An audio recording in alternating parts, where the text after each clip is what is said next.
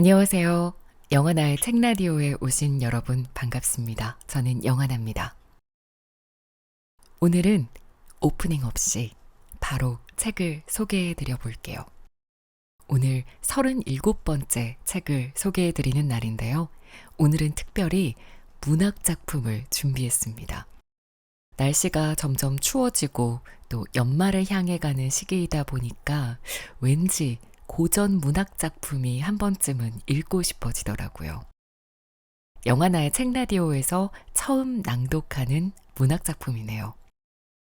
누구나 다 아는 유명한 작품이고 학창 시절 한 번쯤 읽어봤지만 어른이 되어서 다시 읽는 경우는 잘 없는 오늘 읽어볼 책은 어린 왕자입니다. 어린 왕자는 비행기 기관 고장으로 사하라 사막에 불시착한 비행사가 소행성 B612호에서 왔다는 어린 왕자를 만나고 그와 함께 나눈 이야기와 있었던 일들을 기록한 작품입니다. 어린 왕자는 자신의 별인 소행성에서의 생활, 지구에 오기 전까지 다양한 별들에 대한 여행기, 그곳에서 만난 어른들, 그리고 마지막으로 도착한 지구에서의 여정을 들려주죠. 제가 오늘 낭독할 부분은 바로 어린 왕자가 들려주는 자신의 여행 이야기입니다. 일부러 결말 부분은 낭독하지 않으려고 합니다. 어렸을 때 한번 읽어보고 이제는 기억 속에서 잊혀진 그 어린 왕자의 이야기를 우리 구독자 여러분께서도 직접 책으로 꼭 읽어보셨으면 하는 마음에서입니다.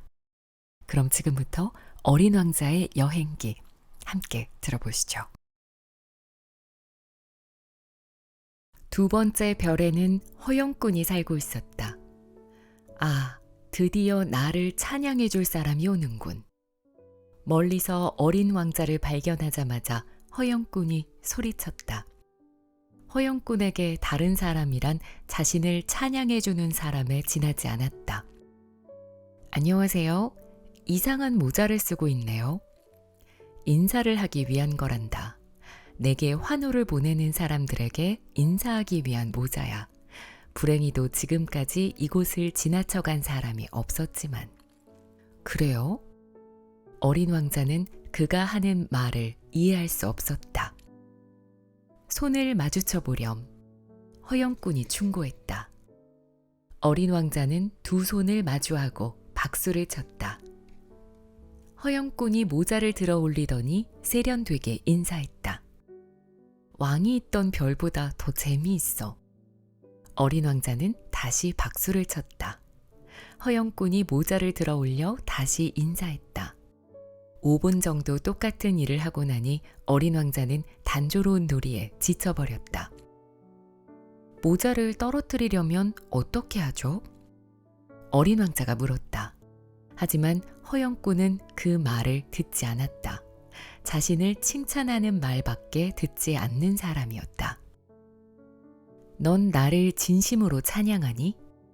찬양한다는 게 무슨 뜻이에요? 찬양한다는 건 내가 이 별에서 가장 잘생기고 옷도 가장 잘 입고 제일 부유하고 똑똑한 사람이라는 걸 인정한다는 의미야. 아저씨는 이 별에 혼자 살잖아요. 기분 좀 맞춰줘. 그냥 찬양해다오. 아저씨를 찬양해요. 어린 왕자는 어깨를 으쓱했다. 그런데 그게 왜 아저씨를 기쁘게 하는 건지 모르겠어요. 어린 왕자는 그곳을 떠났다. 어른들은 분명 이상한 구석이 있어. 어린 왕자는 여행하는 내내 그 생각만 했다.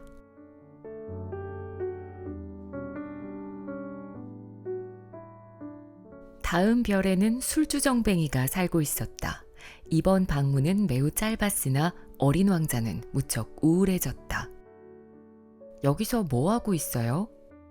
어린 왕자는 빈 술병과 새 술병이 쌓인 상자 앞에 조용히 앉아있는 술주정뱅이를 발견하고 물었다. 술을 마시고 있다. 술주정뱅이가 침울한 표정으로 대답했다. 왜 술을 마셔요? 잊으려고. 뭘 잊어요? 어린 왕자는 이미 마음으로 그를 동정하면서 물었다. 내가 부끄럽다는 사실. 술주정뱅이는 고개를 숙이며 고백했다. 뭐가 부끄러운데요? 어린 왕자는 간절히 그를 구해주고 싶다고 생각하며 자세히 물었다. 술 마시는 게 부끄럽지. 술주정뱅이는 단호한 침묵 속으로 들어가 나오지 않았다. 어린 왕자는 당황해서 그곳을 떠나야 했다. 어른들은 진짜 이상하구나. 어린 왕자는 여행 내내 속으로 생각했다.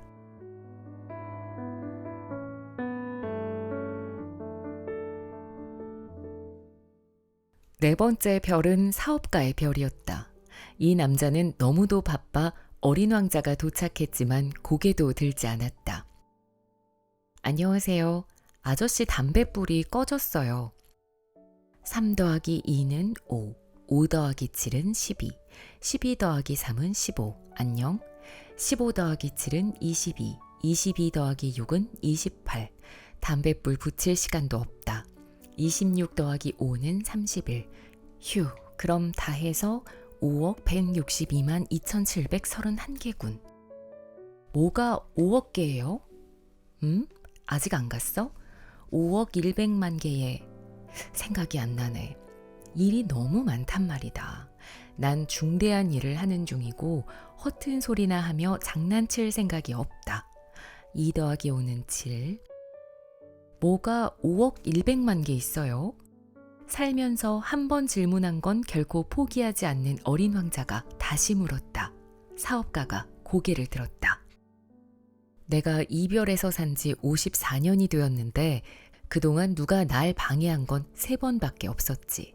첫 번째는 22년 전 어디서 떨어졌는지 모를 정체 모를 풍뎅이 한 마리. 끔찍한 소음을 내며 날아다니는 통에 나는 덧셈을 4번이나 틀렸다. 두 번째는 11년 전 류머티즘 발작 때문이었고 운동 부족이었어. 산책할 시간이라고는 없었으니까.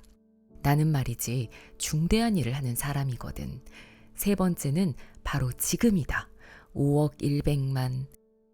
뭐가 수백만 개나 있어요? 사업가는 조용한 분위기는 물 건너갔다는 걸 깨달았다. 간혹 하늘에 보이는 작은 것들. 팔이요? 아니, 반짝이는 것들 말이다. 꿀벌요? 아니, 금빛으로 빛나는 것들 있잖아.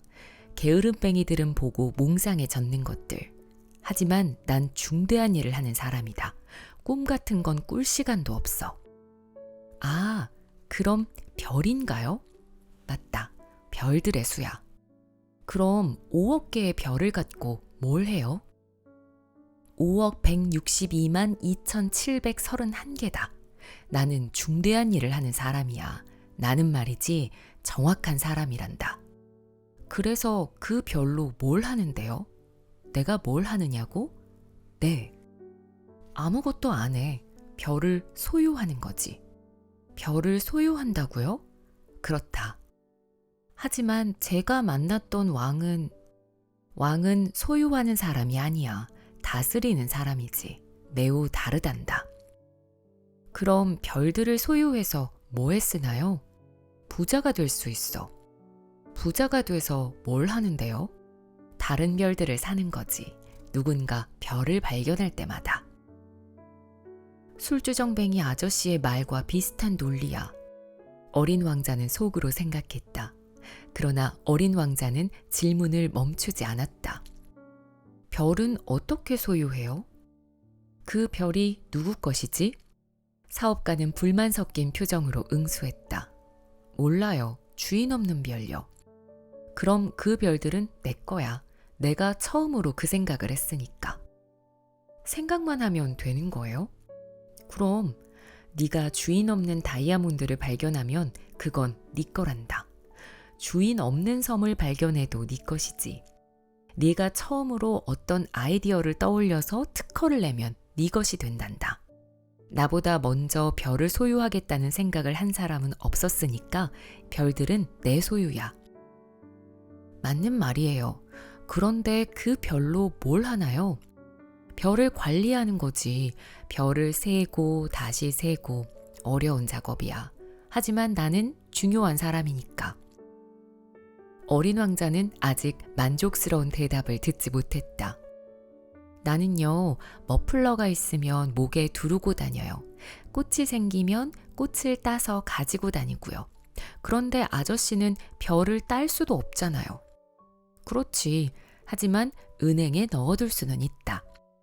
무슨 말이에요? 내 별의 번호를 작은 종이에 적어둔다는 말이지. 그리고 서랍 속에 그 종이를 넣고 자물쇠를 채워 잠그는 거야. 그게 끝이에요? 그거면 됐지. 재미있네. 시 같기도 하고. 하지만 진지한 일은 아니야. 어린 왕자는 진지한 일에 대해 어른들과 생각이 아주 달랐다. 나는 꽃이 한 송이 있는데 매일 물을 줘요.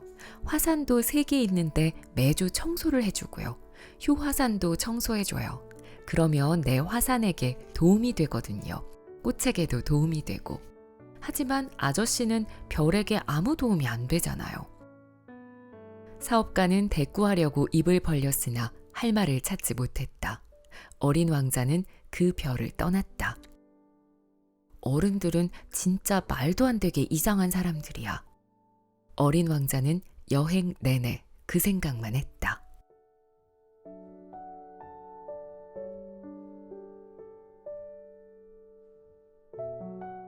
다섯 번째 별은 무척이나 호기심을 불러일으키는 곳이었다. 지금까지 방문한 별 중에서 크기는 가장 작았다. 가로등 하나와 가로등 켜는 사람이 살 만한 공간이 다였다. 어린 왕자는 천체 어디쯤 위치한 집도 없고 사람도 살지 않는 이런 별에 가로등과 가로등 켜는 사람이 왜 필요한지 알 수 없었다. 하지만 속으로 생각했다. 이 사람은 너무 엉뚱해. 그래도 왕이나 허영꾼, 사업가, 술주정뱅이보다는 이상하지 않아. 이 사람이 하는 일은 적어도 의미가 있잖아. 그가 가로등을 켜면 별 하나, 꽃 한 송이가 태어나는 거니까. 그가 가로등을 끄면 꽃이나 별은 잠이 들고. 진짜 멋있는 직업이야. 멋있다는 건 정말 유익한 거야. 어린 왕자는 별에 도착하자 가로등 켜는 사람에게 정중히 인사했다. 안녕하세요. 방금 왜 가로등을 끈 건가요? 명령이니까. 가로등 켜는 사람이 말했다. 안녕? 명령이 뭐예요? 내가 맡은 가로등을 끄는 거지. 잘 있어. 그는 다시 불을 켰다. 왜 방금 불을 다시 켰어요? 명령이야. 그가 대답했다.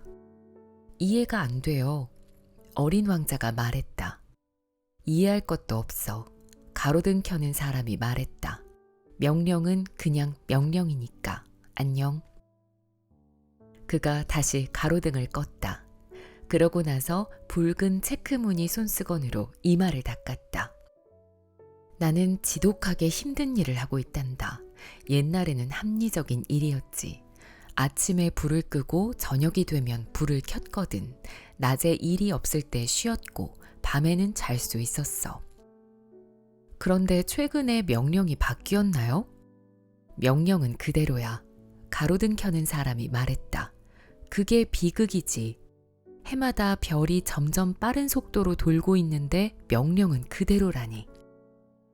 그래서요? 어린 왕자가 물었다. 별이 1분에 한 번씩 돌고 있어서 쉴 틈이 없어. 1분에 한 번씩 가로등을 켰다가 끄거든. 이상하네요. 아저씨네 별에선 낮이 1분이라니. 이상할 것도 없어. 가로등 켜는 사람이 말했다. 방금 우리가 말하는 사이 한 달이 흘렀단다. 한 달이라고요? 그래. 30분이 흘렀으니까 그건 30일에 해당해. 잘 있어. 그는 가로등을 다시 켰다. 어린 왕자는 그를 쳐다보았다. 명령을 성실하게 지키려고 하는 그가 마음에 들었다. 어린 왕자는 고향별에서 지는 해를 보려고 의자 방향을 돌리던 걸 떠올렸다. 그는 친구를 돕고 싶어졌다. 아저씨가 원한다면 쉴 수 있는 방법이 있어요. 언제나 원하고 있지. 가로등 켜는 사람이 대답했다. 사람은 명령을 성실히 따르면서도 동시에 여유를 부릴 수 있다. 어린 왕자가 말을 이었다. 아저씨네 행성은 작아서 3걸음만 걸으면 다 돌아볼 수 있잖아요. 천천히 걷기만 하면 늘 태양이 떠 있는 쪽에 있을 수 있어요. 쉬고 싶을 때 걸어가면 되는 거예요. 그러면 아저씨가 원하는 만큼 해가 떨어지지 않을 거예요. 그건 별 도움이 안 되는구나. 가로등 켜는 사람이 말했다. 내 인생에서 원하는 건 잠을 자는 거야. 할 수 없네요. 어린 왕자가 말했다. 할 수 없지. 안녕. 그는 가로등을 껐다. 어린 왕자는 더 먼 곳으로 떠나며 생각했다. 저 사람은 다른 사람들, 왕이나 허영꾼, 술주정뱅이, 사업가 모두의 비웃음을 사겠구나. 그래도 내가 보기엔 유일하게 우스꽝스럽지 않은 사람이야. 자기 자신이 아니라 다른 일에 몰두해 있어서 그런 것 같아. 어린 왕자는 아쉬운 마음에 한숨을 쉬고서 계속 생각했다. 유일하게 내 친구가 될 수 있는 사람인데, 하지만 그의 별은 진짜 너무 작아. 2사람이 있을 공간이 없어. 어린 왕자가 그에게 차마 하지 못한 말은 24시간 동안 지는 해를 1440번이나 볼 수 있는 축복 때문에 그 별이 더 그리울 거라는 것이었다.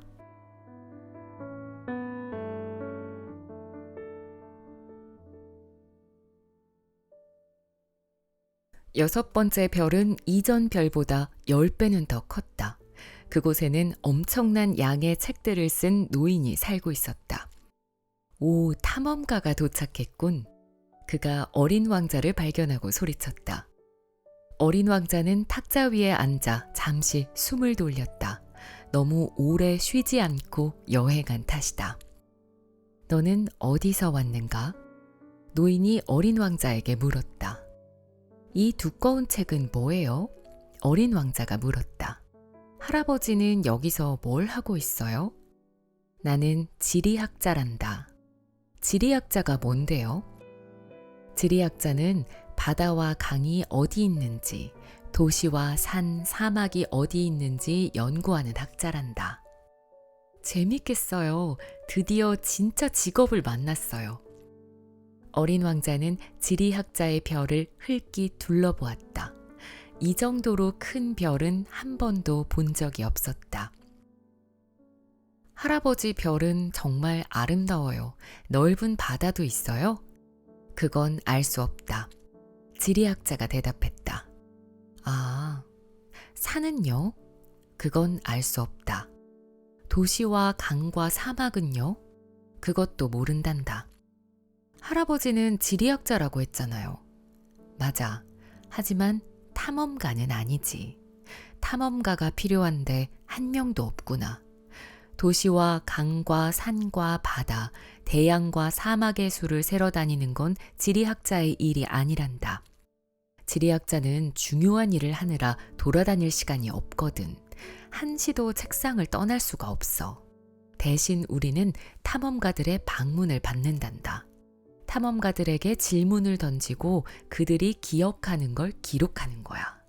어느 탐험가의 기억이 흥미로워 보이면 우리는 그가 양심적인 사람인지 조사한단다. 왜 그러는 거예요? 탐험가의 거짓말은 지리학자의 책을 엉망으로 만들거든. 탐험가가 술꾼이 아닌지도 조사하지. 왜요? 어린 왕자가 물었다. 술에 취하면 사물이 2개로 보이니까. 원래는 산이 하나밖에 없는데 지리학자가 2개라고 기록하는 경우가 생기는 거야. 내가 아는 사람이 있는데요. 좋은 탐험가는 못 될 것 같아요. 그럴 수 있지. 탐험가가 양심적인 사람으로 판명되면 이제 그가 발견한 것들을 조사한단다. 직접 가서요? 아니야. 그건 너무 힘들지. 대신 탐험가에게 발견한 것을 입증할 만한 증거를 가져오라고 요구해. 예를 들어 어마어마하게 큰 산을 발견했다고 하면 산에 있던 큰 돌을 가져오라고 하는 거야. 지리학자는 문득 뭔가를 깨닫고 흥분해서 말했다. 너야말로 멀리서 왔겠구나. 너도 탐험가야. 너희 별 이야기를 해다오. 지리학자는 장부를 펼친 다음 연필을 깎았다. 그는 일단 탐험가들의 이야기들을 연필로 적고 기다렸다가 탐험가가 증거를 가져오면 잉크로 기록한다. 말해보겠니? 지리학자가 물었다. 아, 우리 별은요. 어린 왕자가 말했다. 아주 특별하지는 않아요. 굉장히 작아요. 화산이 3개 있어요. 2개는 활화산, 1개는 휴화산이에요. 그런데 휴화산도 언제 어찌 될지 몰라요. 어찌 될지 모르지. 지리학자가 말했다. 꽃도 한 송이 있어요. 꽃은 기록하지 않는다. 지리학자가 말했다. 왜요? 얼마나 예쁜데요. 꽃은 덧없기 때문이지. 덧없다는 게 무슨 뜻이에요? 지리학 책은 모든 책 가운데에서도 가장 중요한 사실을 기록한단다. 결코 유행에 뒤떨어지지 않지. 가령 산이 이동하는 일은 거의 일어나지 않아. 대양의 물이 말라버리는 일도 그렇지. 우리는 그렇게 영원한 사실만 기록한단다. 지리학자가 말했다. 하지만 휴화산이 다시 활동을 시작할 수도 있어요. 어린 왕자가 끼어들었다. 덧없다는 게 무슨 뜻인지 말해줘요. 휴화산이든 활화산이든 우리에겐 마찬가지다. 지리학자가 말했다. 우리가 중요하게 생각하는 건 산이야. 산은 변하지 않으니까. 그러니까 덧없다는 게 무슨 뜻이에요? 살면서 한 번 질문한 건 결코 포기하는 법이 없는 어린 왕자가 다시 물었다. 곧 사라져버릴 위험이 있다는 뜻이란다. 내 꽃이 곧 사라져버릴지도 모른다고요? 물론이다. 내 꽃은 덧없는 존재구나. 어린 왕자는 생각했다. 이 세상으로부터 자신을 지키기 위해 가진 거라곤 가시 4개가 전부야. 그런데 나는 그런 꽃을 혼자 두고 별을 떠나왔구나. 여행을 떠나온 후 어린 왕자는 처음으로 후회했다. 하지만 다시 용기를 냈다. 다음엔 어느 별에 가볼까요? 지구라는 별에 가보렴. 아주 좋은 곳이라고 하더구나. 어린 왕자는 꽃을 마음에 품고서 길을 떠났다.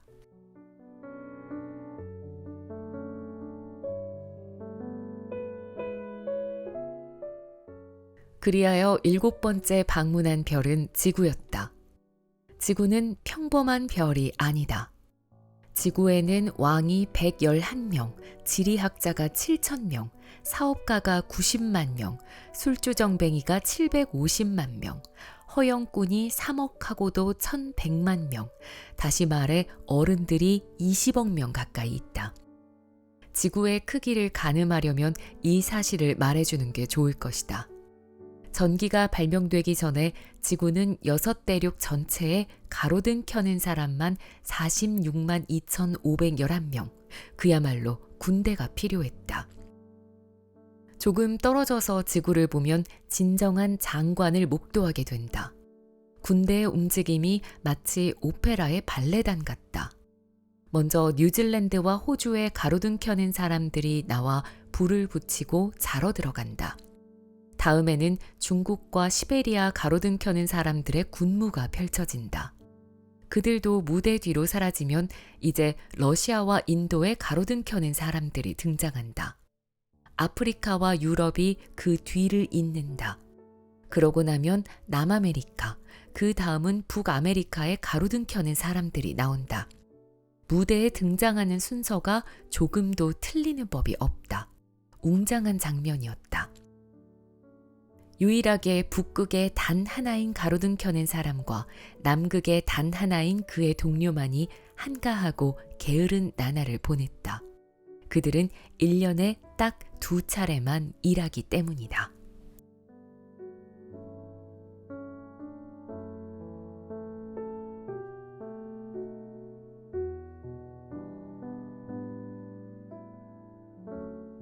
모래사막과 바위와 눈 덮인 땅을 오래오래 걸은 끝에 어린 왕자는 결국 길을 발견했다. 그 길은 사람들이 사는 집으로 나 있었다. 안녕? 어린 왕자가 인사했다. 장미꽃이 만발한 정원이었다. 안녕? 장미들이 대답했다. 어린 왕자는 그들을 바라보았다. 자기 장미와 똑같이 생긴 꽃들이었다. 너희들은 누구니? 어안이 벙벙해진 어린 왕자가 물었다. 우린 장미야. 장미꽃들이 대답했다. 아. 어린 왕자는 매우 상심했다. 장미는 자신이 우주와 자기 별을 통틀어 하나밖에 없는 꽃이라고 했는데 이 정원에만 똑같이 생긴 꽃들이 5천 송이는 있지 않은가. 내 장미가 이 광경을 보면 무척 당황하겠구나. 우스운 꼴을 면하려고 마구 기침을 하다가 죽을 지경이 될지도 몰라. 그럼 나는 장미를 간호하는 척을 해야겠지. 안 그러면 내가 죄책감을 느끼게 하려고 정말 죽을지도 몰라. 어린 왕자는 계속 생각에 잠겼다. 세상에 단 하나뿐인 장미를 가져서 세상을 다 가진 것 같았는데 그냥 평범한 장미였구나. 그냥 평범한 장미와 내 무릎만큼 오는 화산 3개. 그중 하나는 아마 영원히 활동을 못하는 휴화산이고 그런 걸로는 훌륭한 왕자가 될 수 없어. 풀숲에 누운 채로 어린 왕자는 잠시 울었다.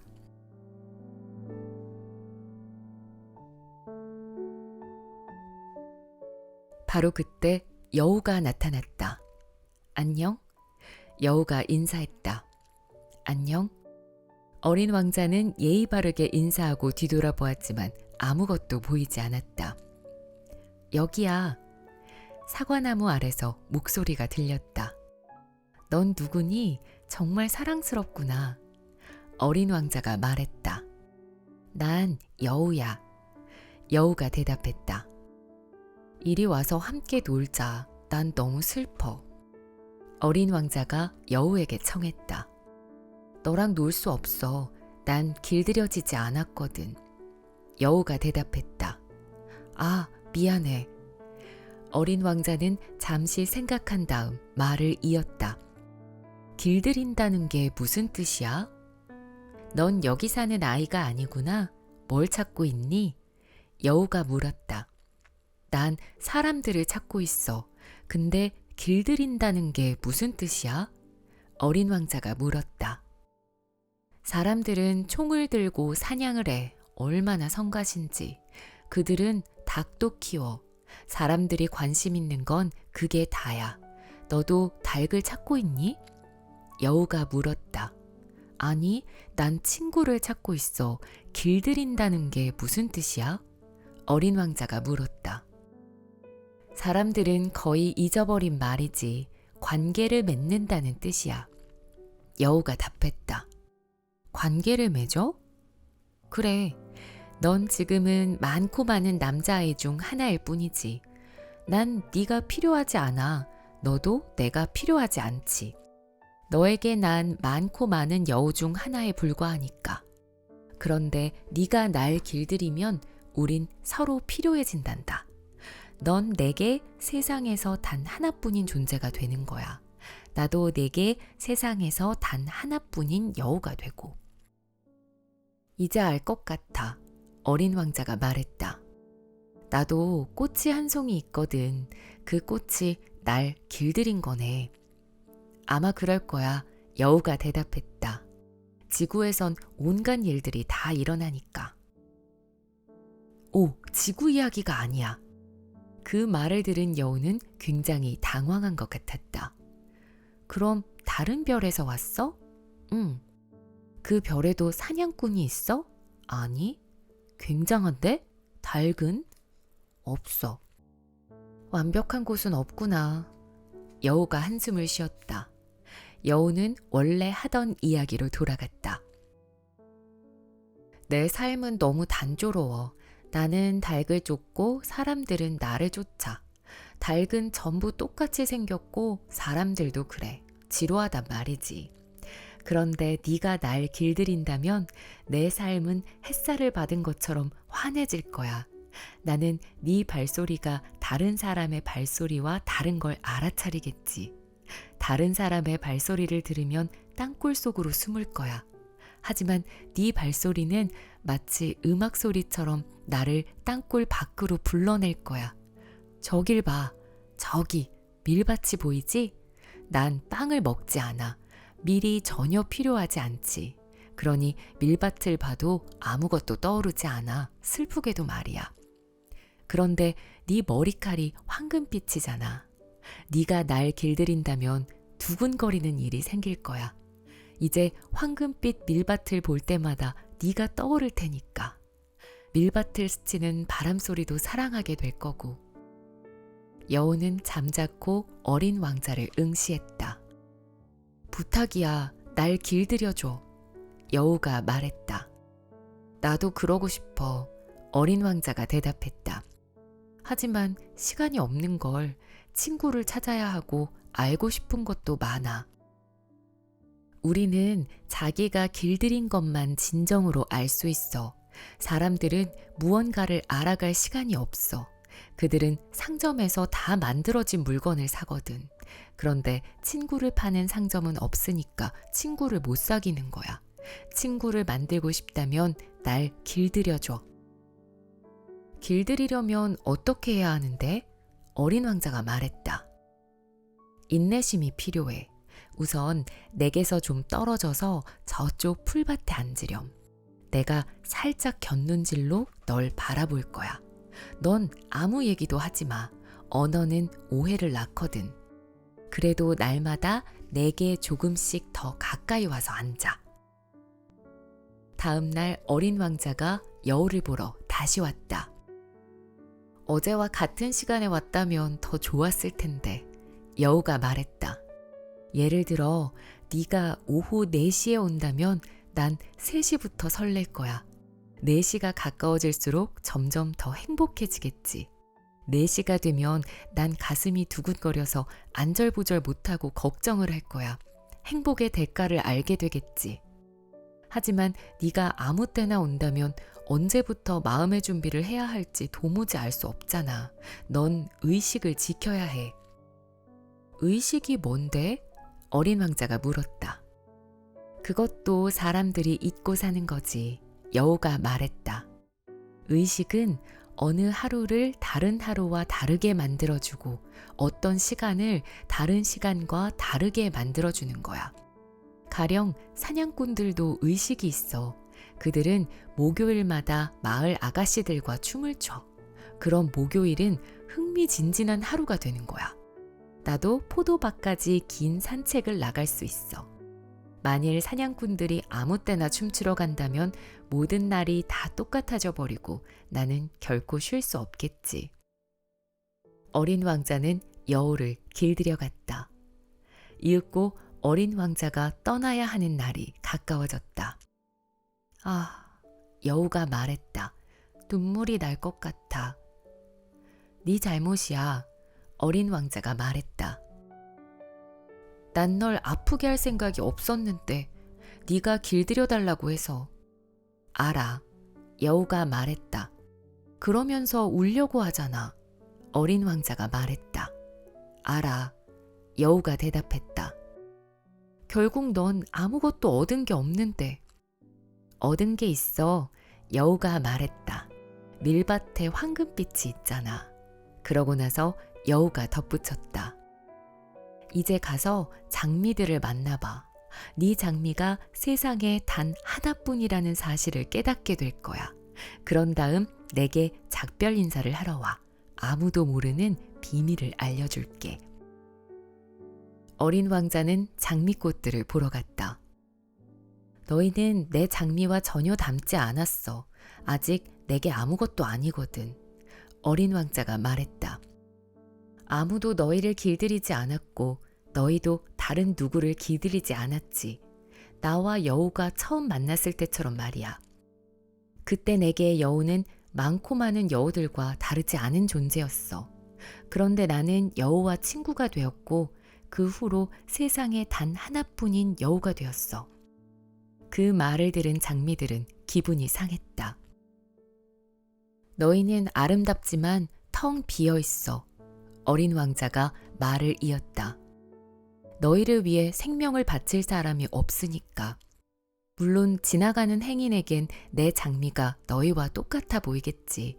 그렇지만 나에겐 내 장미 한 송이가 너희 전부보다 훨씬 소중해. 왜냐하면 내가 매일같이 물을 주었거든. 유리 덮개를 씌워주고 바람막이로 지켜주고 그 꽃을 위해서 송충이들을 잡아주었거든. 불평을 들어주고 허영을 부려도 참아주고 가끔은 아무 말도 안 하는 걸 참아준 것도 그 꽃을 위해서였어. 왜냐하면 내 장미니까. 그러고 나서 어린 왕자는 여우를 보러 갔다. 잘 있어. 어린 왕자가 말했다. 잘 가. 여우가 말했다. 내 비밀을 말해줄게. 아주 간단해. 마음으로 봐야 보인단다. 중요한 건 눈에 보이지 않거든. 중요한 건 눈에 보이지 않아. 어린 왕자는 잊어버리지 않으려고 되뇌었다. 네 장미가 중요한 존재가 된 건 네가 장미에게 드린 시간 때문이야. 내가 장미에게 드린 시간 때문이야. 잊어버리지 않으려고 어린 왕자는 다시 되뇌었다. 사람들은 이 진실을 잊어버렸지만 여우가 말했다. 그래도 너는 잊지 마. 네가 길들인 대상에 대해 넌 영원히 책임져야 한다는 걸. 넌 네 장미를 책임져야 해. 나는 내 장미를 책임져야 해. 잊어버리지 않으려고 어린 왕자는 되뇌었다.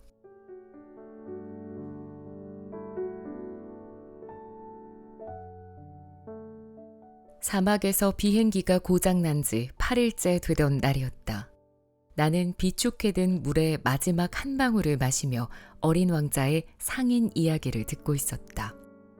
아, 나는 어린 왕자에게 말했다. 네 기억들은 흥미롭구나. 그런데 난 아직도 비행기를 고치지 못했고 물도 떨어졌어.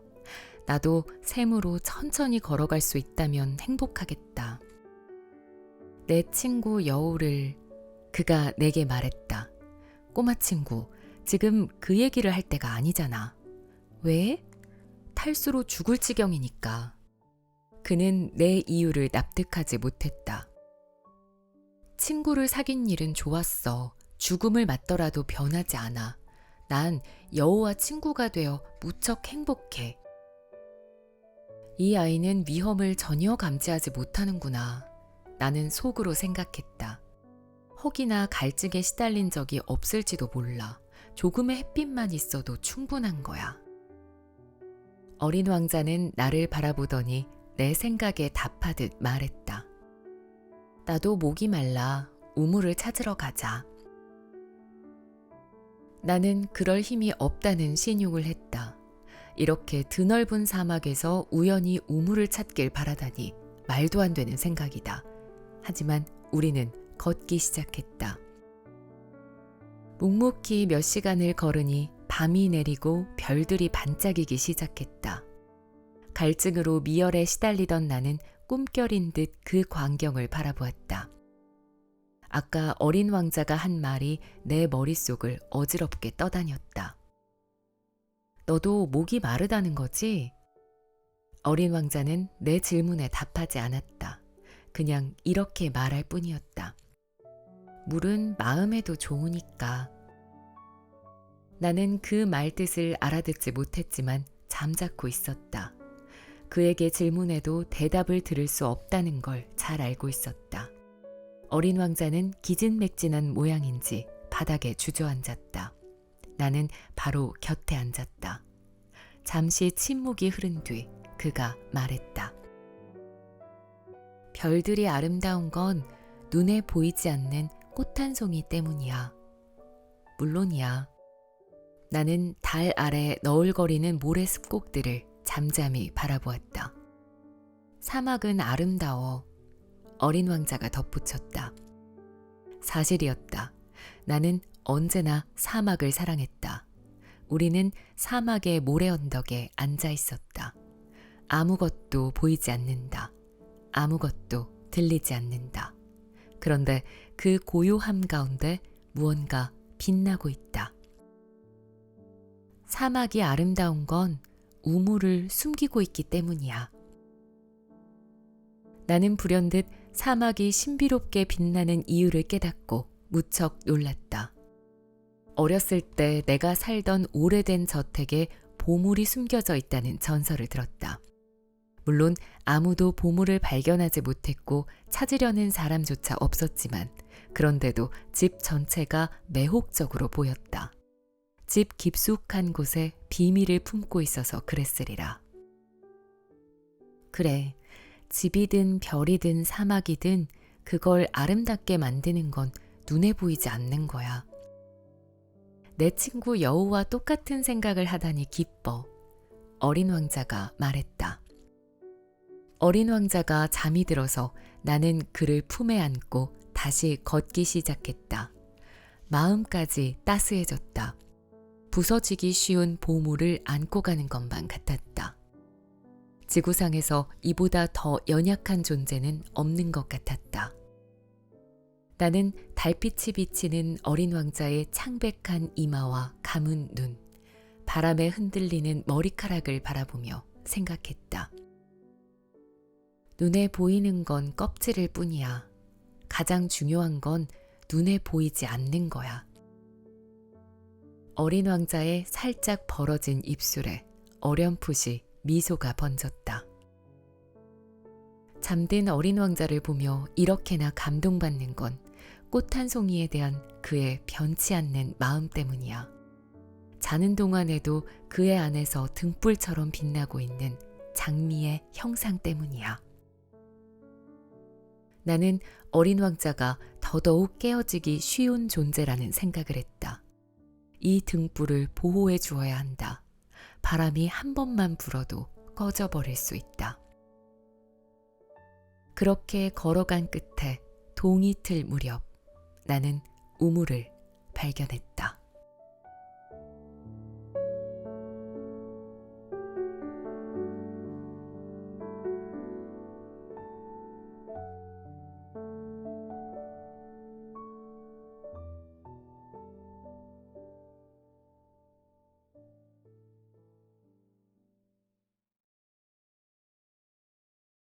두 번째 별에는 허영꾼이 살고 있었다. 아, 드디어 나를 찬양해 줄 사람이 오는군. 멀리서 어린 왕자를 발견하자마자 허영꾼이 소리쳤다. 허영꾼에게 다른 사람이란 자신을 찬양해 주는 사람에 지나지 않았다. 안녕하세요. 이상한 모자를 쓰고 있네요. 인사를 하기 위한 거란다. 내게 환호를 보내는 사람들에게 인사하기 위한 모자야. 불행히도 지금까지 이곳을 지나쳐간 사람이 없었지만. 그래요? 어린 왕자는 그가 하는 말을 이해할 수 없었다. 손을 마주쳐 보렴. 허영꾼이 충고했다. 어린 왕자는 두 손을 마주하고 박수를 쳤다. 허영꾼이 모자를 들어 올리더니 세련되게 인사했다. 왕이 있던 별보다 더 재미있어. 어린 왕자는 다시 박수를 쳤다. 허영꾼이 모자를 들어 올려 다시 인사했다. 5분 정도 똑같은 일을 하고 나니 어린 왕자는 단조로운 놀이에 지쳐버렸다. 모자를 떨어뜨리려면 어떻게 하죠? 어린 왕자가 물었다. 하지만 허영꾼은 그 말을 듣지 않았다. 자신을 칭찬하는 말밖에 듣지 않는 사람이었다. 넌 나를 진심으로 찬양하니? 찬양한다는 게 무슨 뜻이에요? 찬양한다는 건 내가 이 별에서 가장 잘생기고 옷도 가장 잘 입고 제일 부유하고 똑똑한 사람이라는 걸 인정한다는 의미야. 아저씨는 이 별에 혼자 살잖아요. 기분 좀 맞춰줘. 그냥 찬양해다오. 아저씨를 찬양해요. 어린 왕자는 어깨를 으쓱했다. 그런데 그게 왜 아저씨를 기쁘게 하는 건지 모르겠어요. 어린 왕자는 그곳을 떠났다. 어른들은 분명 이상한 구석이 있어. 어린 왕자는 여행하는 내내 그 생각만 했다. 다음 별에는 술주정뱅이가 살고 있었다. 이번 방문은 매우 짧았으나 어린 왕자는 무척 우울해졌다. 여기서 뭐 하고 있어요? 어린 왕자는 빈 술병과 새 술병이 쌓인 상자 앞에 조용히 앉아 있는 술주정뱅이를 발견하고 물었다. 술을 마시고 있다. 술주정뱅이가 침울한 표정으로 대답했다. 왜 술을 마셔요? 잊으려고. 뭘 잊어요? 어린 왕자는 이미 마음으로 그를 동정하면서 물었다. 내가 부끄럽다는 사실. 술주정뱅이는 고개를 숙이며 고백했다. 뭐가 부끄러운데요? 어린 왕자는 간절히 그를 구해주고 싶다고 생각하며 자세히 물었다. 술 마시는 게 부끄럽지. 술주정뱅이는 단호한 침묵 속으로 들어가 나오지 않았다. 어린 왕자는 당황해서 그곳을 떠나야 했다. 어른들은 진짜 이상하구나. 어린 왕자는 여행 내내 속으로 생각했다. 네 번째 별은 사업가의 별이었다. 이 남자는 너무도 바빠 어린 왕자가 도착했지만 고개도 들지 않았다. 안녕하세요. 아저씨 담뱃불이 꺼졌어요.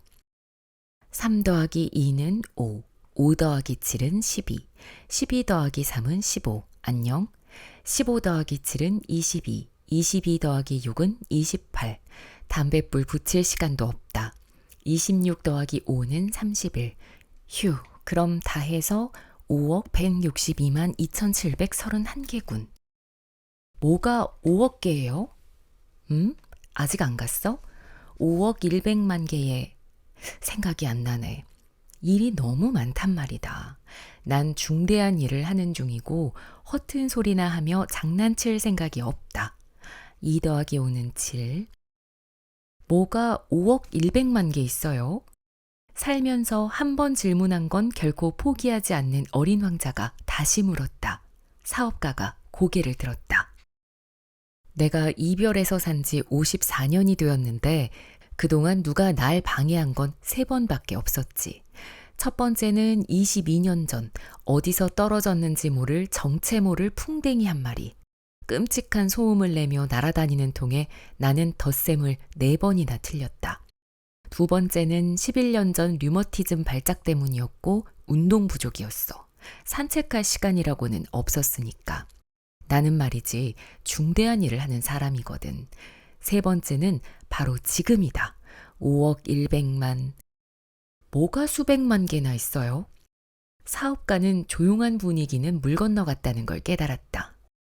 간혹 하늘에 보이는 작은 것들. 팔이요? 아니, 반짝이는 것들 말이다. 꿀벌요? 아니, 금빛으로 빛나는 것들 있잖아. 게으름뱅이들은 보고 몽상에 젖는 것들. 하지만 난 중대한 일을 하는 사람이다. 꿈 같은 건 꿀 시간도 없어. 아, 그럼 별인가요? 맞다. 별들의 수야. 그럼 5억 개의 별을 갖고 뭘 해요? 5억 162만 2731개다. 나는 중대한 일을 하는 사람이야. 나는 말이지 정확한 사람이란다. 그래서 그 별로 뭘 하는데요? 내가 뭘 하느냐고? 네. 아무것도 안 해. 별을 소유하는 거지. 별을 소유한다고요? 그렇다. 하지만 제가 만났던 왕은 소유하는 사람이 아니야. 다스리는 사람이지. 매우 다르단다. 그럼 별들을 소유해서 뭐에 쓰나요? 부자가 될 수 있어. 부자가 돼서 뭘 하는데요?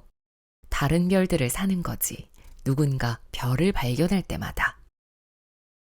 술주정뱅이 아저씨의 말과 비슷한 논리야. 어린 왕자는 속으로 생각했다. 그러나 어린 왕자는 질문을 멈추지 않았다. 별은 어떻게 소유해요? 그 별이 누구 것이지? 사업가는 불만 섞인 표정으로 응수했다. 몰라요. 주인 없는 별요. 그럼 그 별들은 내 거야. 내가 처음으로 그 생각을 했으니까. 생각만 하면 되는 거예요? 그럼 네가 주인 없는 다이아몬드를 발견하면 그건 네 거란다. 주인 없는 섬을 발견해도 네 것이지. 네가 처음으로 어떤 아이디어를 떠올려서 특허를 내면 네 것이 된단다. 나보다 먼저 별을 소유하겠다는 생각을 한 사람은 없었으니까 별들은 내 소유야. 맞는 말이에요. 그런데 그 별로 뭘 하나요? 별을 관리하는 거지. 별을 세고 다시 세고 어려운 작업이야. 하지만 나는 중요한 사람이니까. 어린 왕자는 아직 만족스러운 대답을 듣지 못했다. 나는요, 머플러가 있으면 목에 두르고 다녀요. 꽃이 생기면 꽃을 따서 가지고 다니고요. 그런데 아저씨는 별을 딸 수도 없잖아요. 그렇지. 하지만 은행에 넣어둘 수는 있다. 무슨 말이에요? 내 별의 번호를 작은 종이에 적어둔다는 말이지. 그리고 서랍 속에 그 종이를 넣고 자물쇠를 채워 잠그는 거야. 그게 끝이에요? 그거면 됐지. 재미있네. 시 같기도 하고.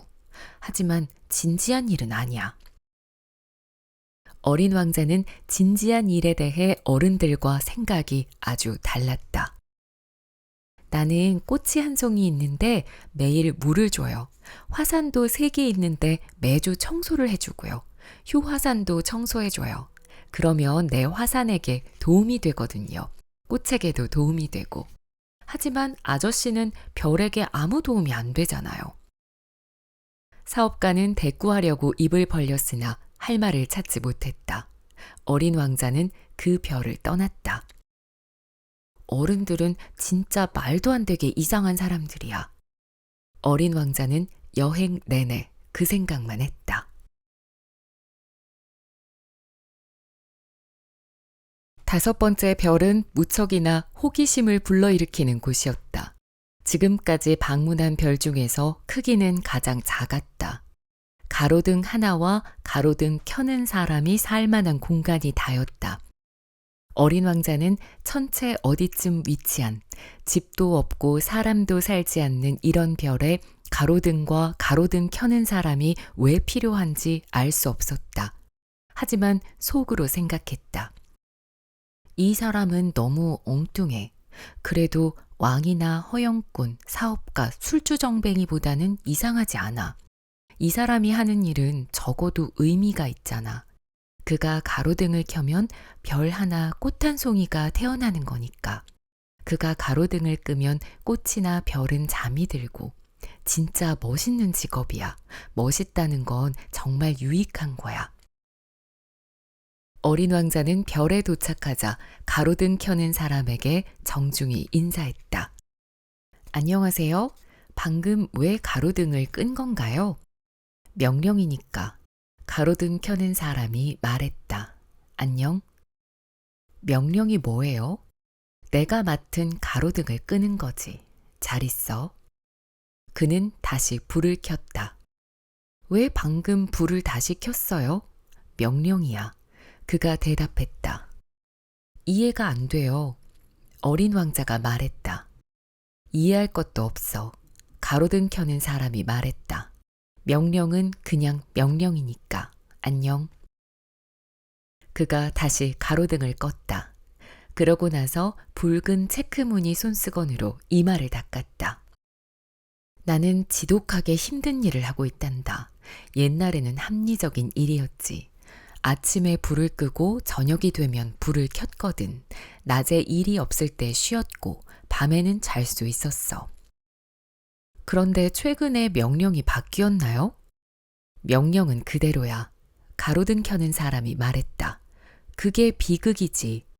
해마다 별이 점점 빠른 속도로 돌고 있는데 명령은 그대로라니.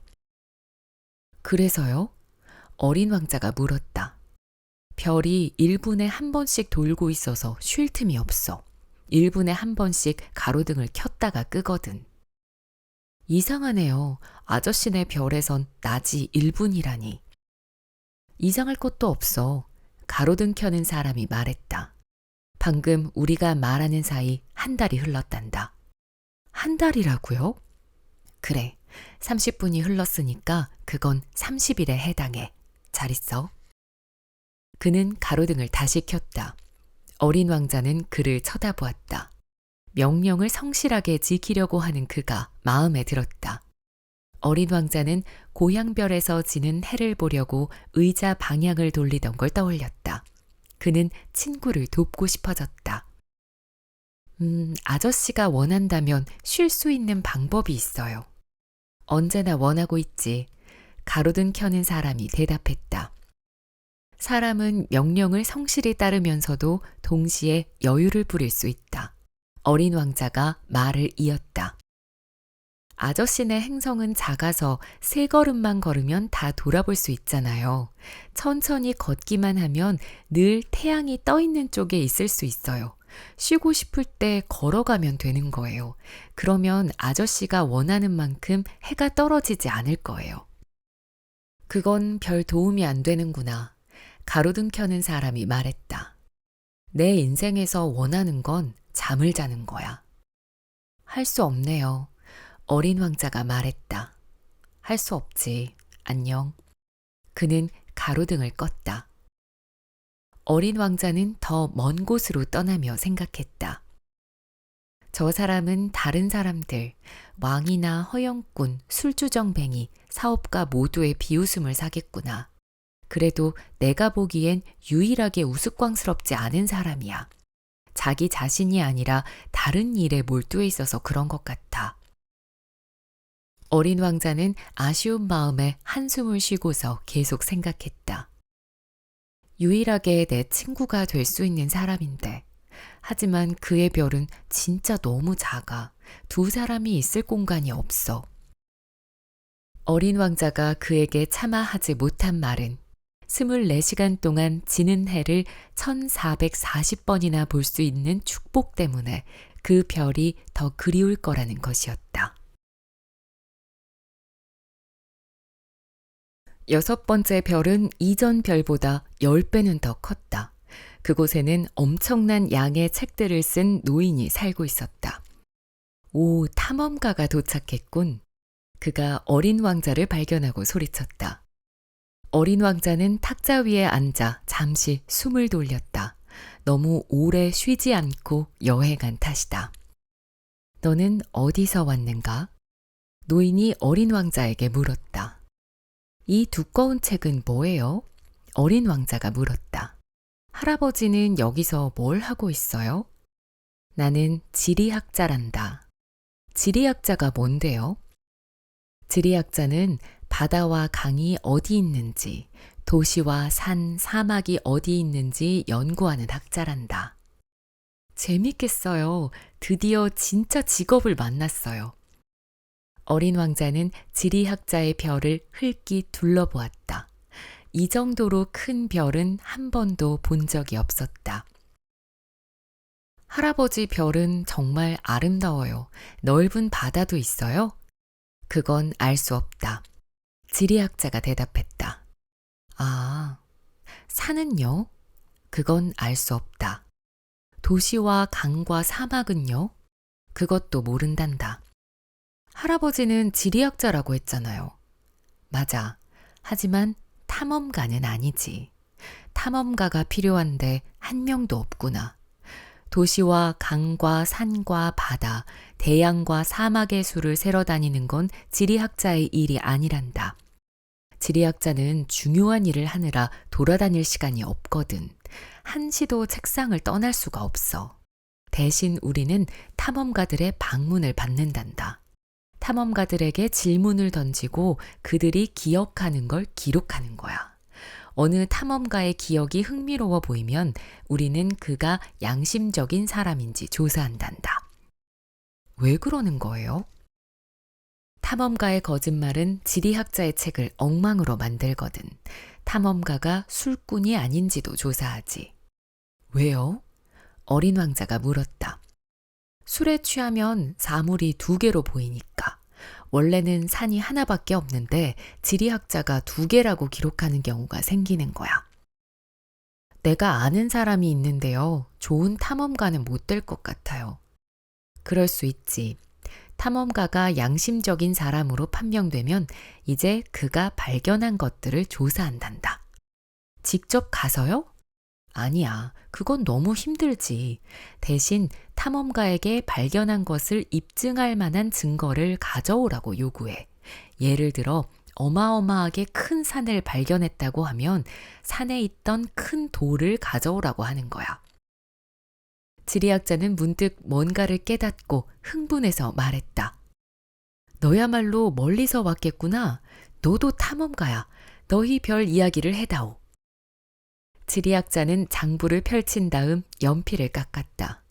그는 일단 탐험가들의 이야기들을 연필로 적고 기다렸다가 탐험가가 증거를 가져오면 잉크로 기록한다. 말해보겠니? 지리학자가 물었다. 아, 우리 별은요. 어린 왕자가 말했다. 아주 특별하지는 않아요. 굉장히 작아요. 화산이 3개 있어요. 2개는 활화산, 1개는 휴화산이에요. 그런데 휴화산도 언제 어찌 될지 몰라요. 어찌 될지 모르지. 지리학자가 말했다. 꽃도 한 송이 있어요. 꽃은 기록하지 않는다. 지리학자가 말했다. 왜요? 얼마나 예쁜데요. 꽃은 덧없기 때문이지. 덧없다는 게 무슨 뜻이에요? 지리학 책은 모든 책 가운데에서도 가장 중요한 사실을 기록한단다. 결코 유행에 뒤떨어지지 않지. 가령 산이 이동하는 일은 거의 일어나지 않아. 대양의 물이 말라버리는 일도 그렇지. 우리는 그렇게 영원한 사실만 기록한단다. 지리학자가 말했다. 하지만 휴화산이 다시 활동을 시작할 수도 있어요. 어린 왕자가 끼어들었다. 덧없다는 게 무슨 뜻인지 말해줘요. 휴화산이든 활화산이든 우리에겐 마찬가지다. 지리학자가 말했다. 우리가 중요하게 생각하는 건 산이야. 산은 변하지 않으니까. 그러니까 덧없다는 게 무슨 뜻이에요? 살면서 한 번 질문한 건 결코 포기하는 법이 없는 어린 왕자가 다시 물었다. 곧 사라져버릴 위험이 있다는 뜻이란다. 내 꽃이 곧 사라져버릴지도 모른다고요? 물론이다.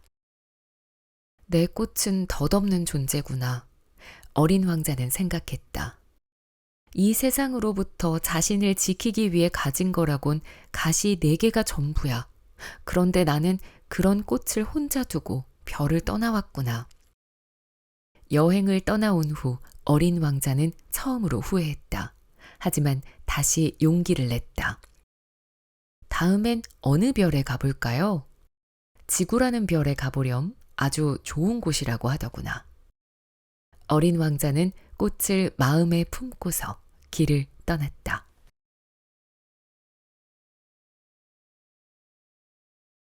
그리하여 7번째 방문한 별은 지구였다. 지구는 평범한 별이 아니다. 지구에는 왕이 111명, 지리학자가 7,000명, 사업가가 90만 명, 술주정뱅이가 750만 명, 허영꾼이 3억하고도 1,100만 명, 다시 말해 어른들이 20억 명 가까이 있다. 지구의 크기를 가늠하려면 이 사실을 말해주는 게 좋을 것이다. 전기가 발명되기 전에 지구는 6대륙 전체에 가로등 켜는 사람만 46만 2,511명, 그야말로 군대가 필요했다. 조금 떨어져서 지구를 보면 진정한 장관을 목도하게 된다. 군대의 움직임이 마치 오페라의 발레단 같다. 먼저 뉴질랜드와 호주에 가로등 켜는 사람들이 나와 불을 붙이고 자러 들어간다.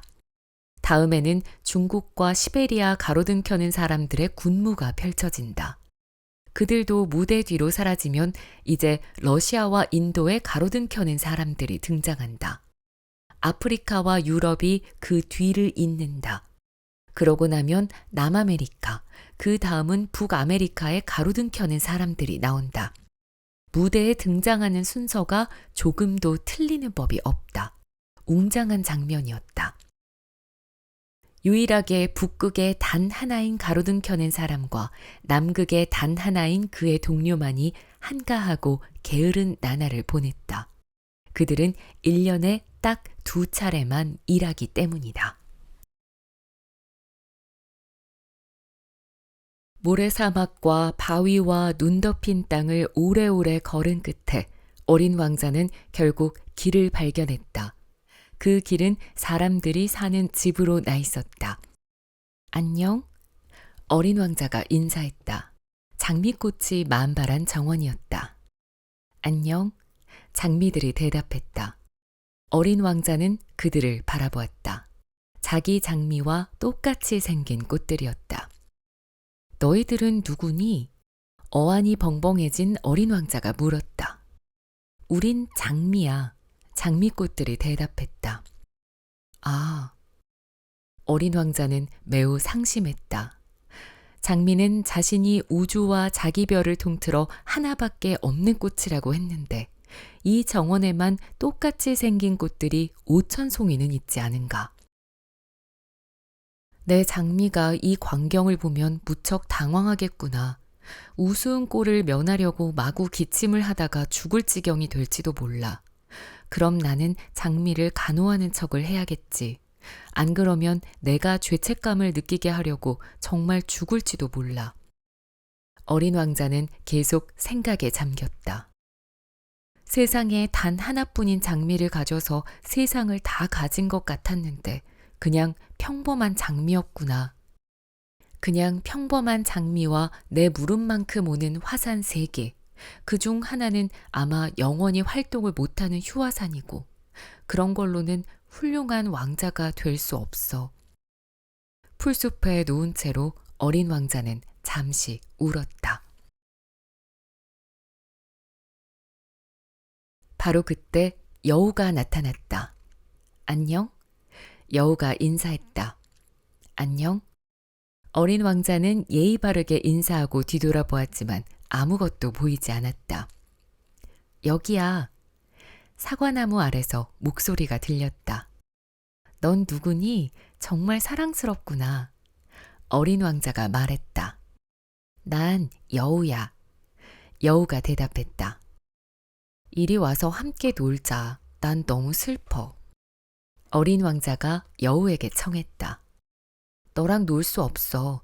난 길들여지지 않았거든. 여우가 대답했다. 아, 미안해. 어린 왕자는 잠시 생각한 다음 말을 이었다. 길들인다는 게 무슨 뜻이야? 넌 여기 사는 아이가 아니구나. 뭘 찾고 있니? 여우가 물었다. 난 사람들을 찾고 있어. 근데 길들인다는 게 무슨 뜻이야? 어린 왕자가 물었다. 사람들은 총을 들고 사냥을 해. 얼마나 성가신지. 그들은 닭도 키워. 사람들이 관심 있는 건 그게 다야. 너도 닭을 찾고 있니? 여우가 물었다. 아니, 난 친구를 찾고 있어. 길들인다는 게 무슨 뜻이야? 어린 왕자가 물었다. 사람들은 거의 잊어버린 말이지. 관계를 맺는다는 뜻이야. 여우가 답했다. 관계를 맺어? 그래. 넌 지금은 많고 많은 남자아이 중 하나일 뿐이지. 난 네가 필요하지 않아. 너도 내가 필요하지 않지. 너에게 난 많고 많은 여우 중 하나에 불과하니까. 그런데 네가 날 길들이면 우린 서로 필요해진단다. 넌 내게 세상에서 단 하나뿐인 존재가 되는 거야. 나도 내게 세상에서 단 하나뿐인 여우가 되고. 이제 알 것 같아. 어린 왕자가 말했다. 나도 꽃이 한 송이 있거든. 그 꽃이 날 길들인 거네. 아마 그럴 거야. 여우가 대답했다. 지구에선 온갖 일들이 다 일어나니까. 오, 지구 이야기가 아니야. 그 말을 들은 여우는 굉장히 당황한 것 같았다. 그럼 다른 별에서 왔어? 응. 그 별에도 사냥꾼이 있어? 아니. 굉장한데? 닭은? 없어. 완벽한 곳은 없구나. 여우가 한숨을 쉬었다. 여우는 원래 하던 이야기로 돌아갔다. 내 삶은 너무 단조로워. 나는 닭을 쫓고 사람들은 나를 쫓아. 닭은 전부 똑같이 생겼고 사람들도 그래. 지루하단 말이지. 그런데 네가 날 길들인다면 내 삶은 햇살을 받은 것처럼 환해질 거야. 나는 네 발소리가 다른 사람의 발소리와 다른 걸 알아차리겠지. 다른 사람의 발소리를 들으면 땅굴 속으로 숨을 거야. 하지만 네 발소리는 마치 음악 소리처럼 나를 땅굴 밖으로 불러낼 거야. 저길 봐. 저기 밀밭이 보이지? 난 빵을 먹지 않아. 밀이 전혀 필요하지 않지. 그러니 밀밭을 봐도 아무것도 떠오르지 않아. 슬프게도 말이야. 그런데 네 머리칼이 황금빛이잖아. 네가 날 길들인다면 두근거리는 일이 생길 거야. 이제 황금빛 밀밭을 볼 때마다 네가 떠오를 테니까. 밀밭을 스치는 바람소리도 사랑하게 될 거고. 여우는 잠자코 어린 왕자를 응시했다. 부탁이야, 날 길들여줘. 여우가 말했다. 나도 그러고 싶어. 어린 왕자가 대답했다. 하지만 시간이 없는 걸. 친구를 찾아야 하고 알고 싶은 것도 많아.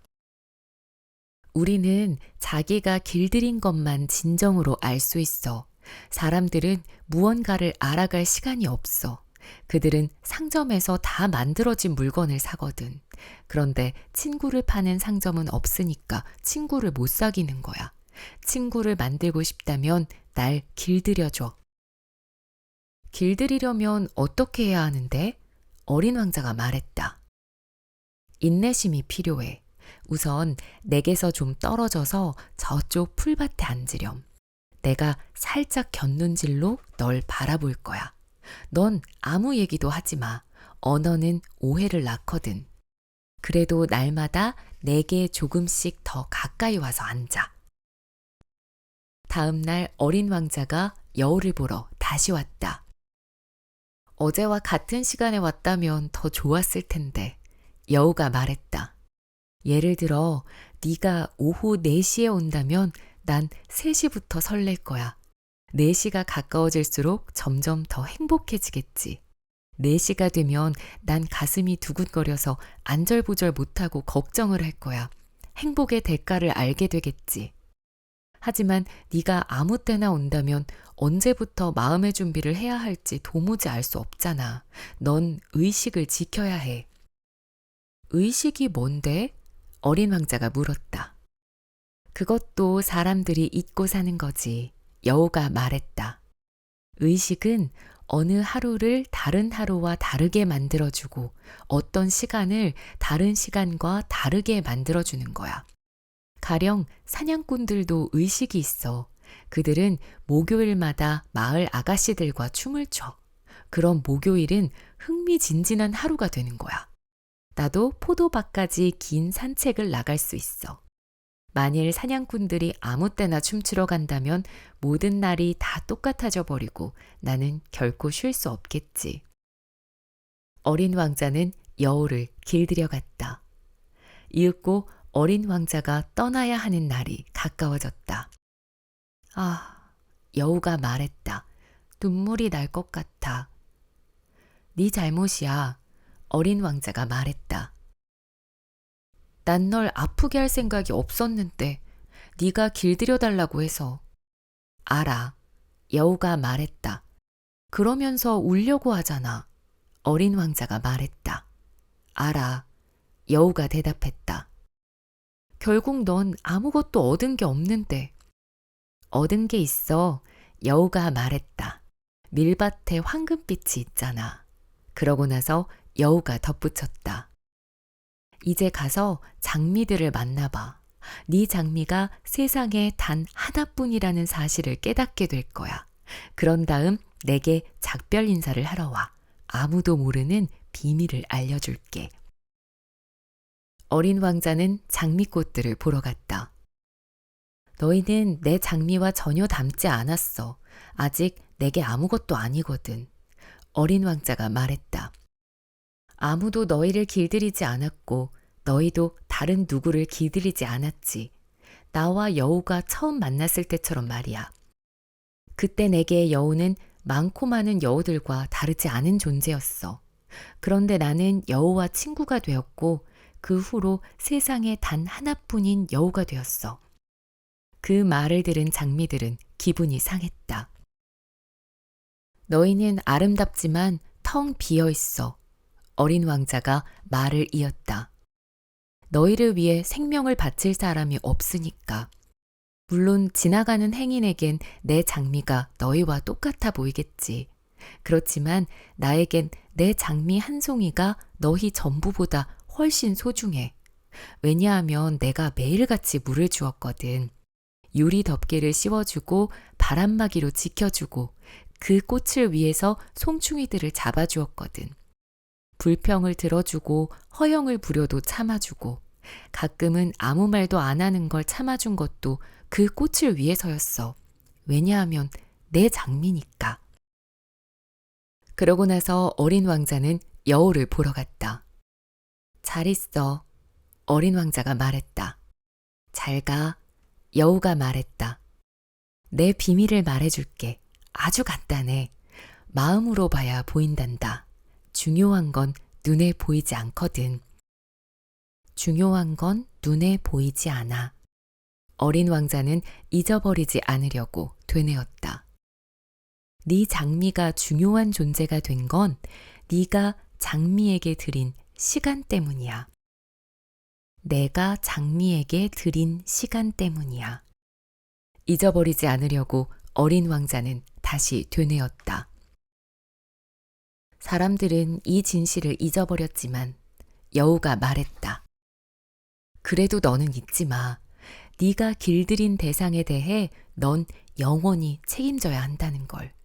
넌 네 장미를 책임져야 해. 나는 내 장미를 책임져야 해. 잊어버리지 않으려고 어린 왕자는 되뇌었다. 사막에서 비행기가 고장난 지 8일째 되던 날이었다. 나는 비축해 든 물의 마지막 한 방울을 마시며 어린 왕자의 상인 이야기를 듣고 있었다. 아, 나는 어린 왕자에게 말했다. 네 기억들은 흥미롭구나. 그런데 난 아직도 비행기를 고치지 못했고 물도 떨어졌어. 나도 샘으로 천천히 걸어갈 수 있다면 행복하겠다. 내 친구 여우를 그가 내게 말했다. 꼬마 친구, 지금 그 얘기를 할 때가 아니잖아. 왜? 탈수로 죽을 지경이니까. 그는 내 이유를 납득하지 못했다. 친구를 사귄 일은 좋았어. 죽음을 맞더라도 변하지 않아. 난 여우와 친구가 되어 무척 행복해. 이 아이는 위험을 전혀 감지하지 못하는구나. 나는 속으로 생각했다. 혹이나 갈증에 시달린 적이 없을지도 몰라. 조금의 햇빛만 있어도 충분한 거야.